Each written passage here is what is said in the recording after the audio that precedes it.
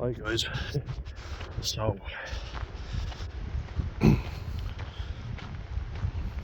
in honor of September being not only my birthday month but also suicide prevention month, I just wanted to come on and say I hope you are all well. And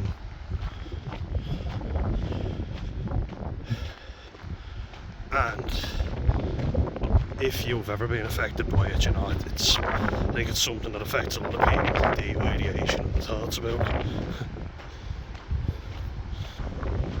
You know that you're not alone.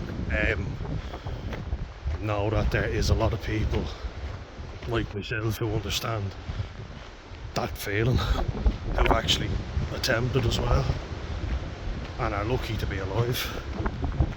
Take this in as well, it always helps to have nice images that you can look back on. That's something that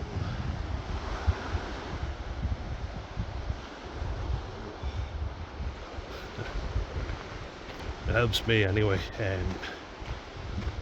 having nice images, having nice places,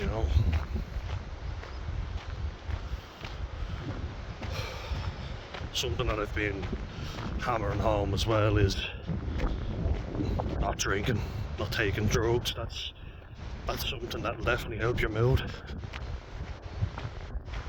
But I know the fear of missing out, the FOMO was real. Believe me, I get it. But now that I'm someone that has actually been there and attempted, and I keep saying to myself how grateful I am that nothing ever happened, that I've still got both my legs working, that I didn't even get injured from it. I guess what I wish had happened was that some resolution came, because then you have to carry on afterwards, and that's not easy. People tend to share success stories a lot, and once I opened up, everything got better, that kind of thing. But it's an ongoing thing for a lot of people.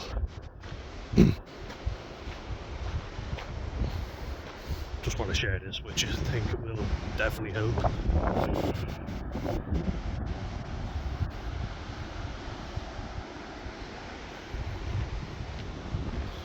Nice videos and images you can look back on.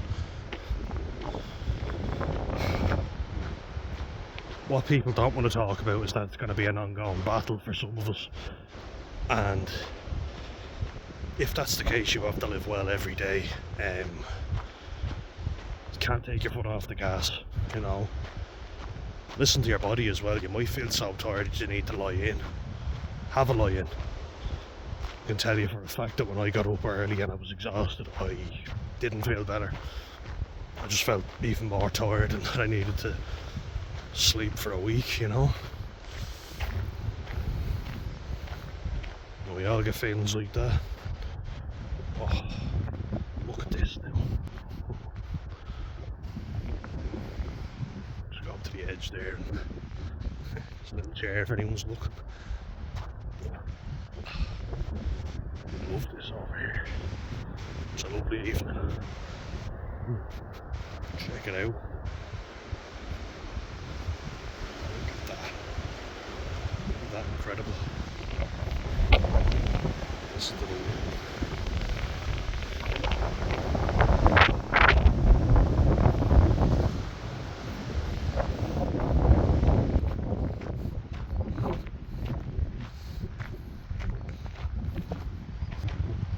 stuff like this, Another thing that I don't find very helpful is all these videos talking about intense exercise where you have to be, basically dying after. Go for a long walk or something, I went from someone who was very intense, I always had to be running or cycling or something. Don't cycle as much, like same distance as what I used to, but I do it every day. Walk every day, and I swim every day in that. That was a beautiful swim today. really enjoyed it. The sun calmed down now as well. And taking appreciation in the small things every day definitely helps. You know, it can feel knackering, it can feel very tiring already.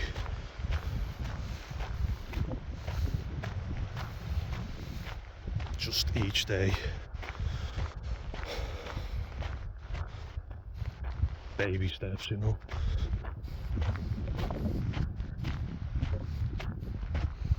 That'll help you feel better, for sure. Look at that landscape now. Look at that.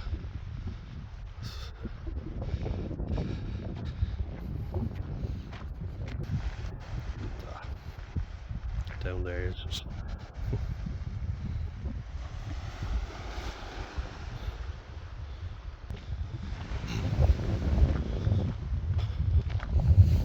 you know, the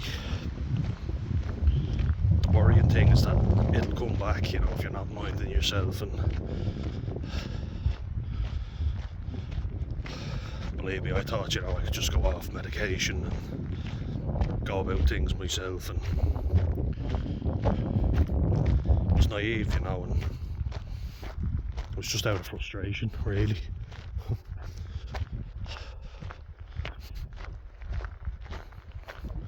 Also, don't expect too much from yourself.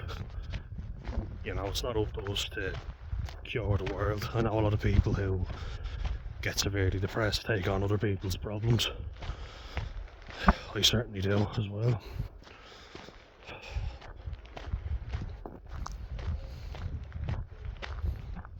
But I think when you get to the stage where you're thinking of ending it all, it's not selfish. It's I believe it's quite the opposite. You're thinking of how much of a burden you are to everybody else. I've heard a lot of people say that, and I felt the same way. I also felt like I wasn't good at stuff that I was good at before, you know, everything was slowed down. Just felt like I couldn't keep up with the world, you know. Which is a fucking disaster.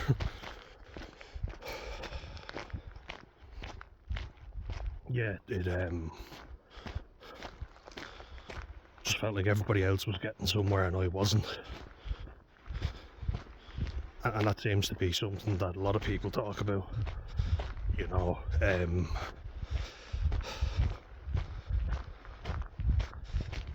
Not just me. Don't put yourself around people though who take the piss out of you when you're like that, you know, and you're not as good at stuff because your mind's not working at 100%. You don't have to always be achieving something. I think that's the thing I wish everybody would know. Just taking stuff like, oh, look at this. Zoom in now. Such a lovely evening. It really is.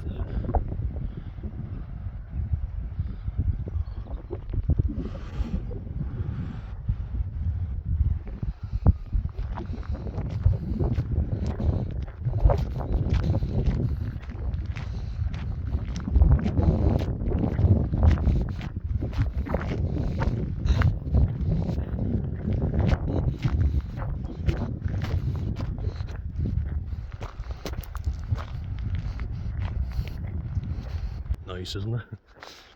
I can't tell you the amount of times like I'd start healthy habits like jogging again, cycling, and it'd all go to waste because I'd be out drinking or fooling around, you know, and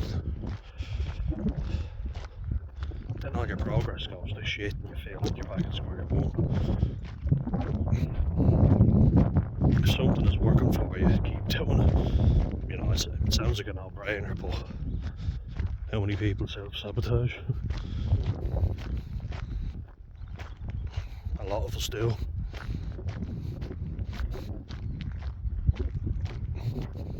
I think that needs to be hammered home more, is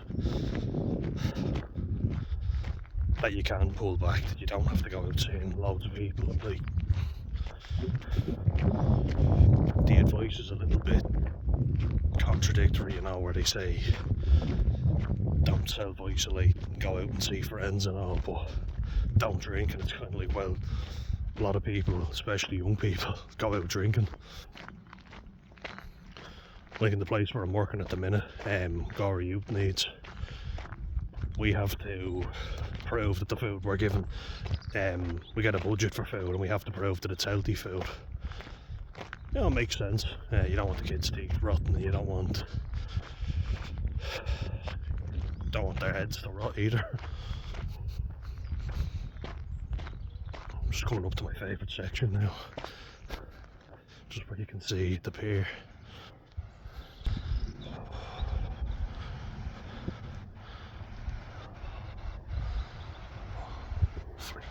Bliss. Amazing. But I remember in college, like, I thought it was very, very counterproductive that we'd have all of these mental health awareness days, and yet we had people bringing in boxes of pizza every day, you know, Red Bull, loads of free stuff that was very unhealthy. We also had people binge drinking at social events, and you're kind of like, oh yeah, students are unhealthy, but that's obviously why they're fucking miserable as well. And I feel like a fool because I know all this and yet I did it. But watch what you're putting into your body. You need to be careful about that, because eating like shit will make you feel terrible as well. And that's not to say you can't enjoy delicious food every now and then, but not all the time. And if you have to say no to things too, you know, yeah, like isolating isn't going to be great, like sitting at home all day not seeing anyone, but neither is going out drinking with people either. Neither either. There's a happy balance in there. You could go out and say, I'm not staying out for very long, and then head home. I wish I'd done that more often. People in work, you know, you could socialise with them, you could chat with them. Family, you know, reach out to family, it's always good. But listen to your gut as well, you know, if you don't feel like going somewhere, if you feel anxious, I know that going out places sometimes makes me feel more anxious, because I feel like everybody else is having a good time and I'm just there to make up the numbers, you know. Listen to yourself, you know. What do you actually want to do? Just because everybody else is doing it doesn't mean you have to. I come here in my own, and I love it. Look at that. It's amazing.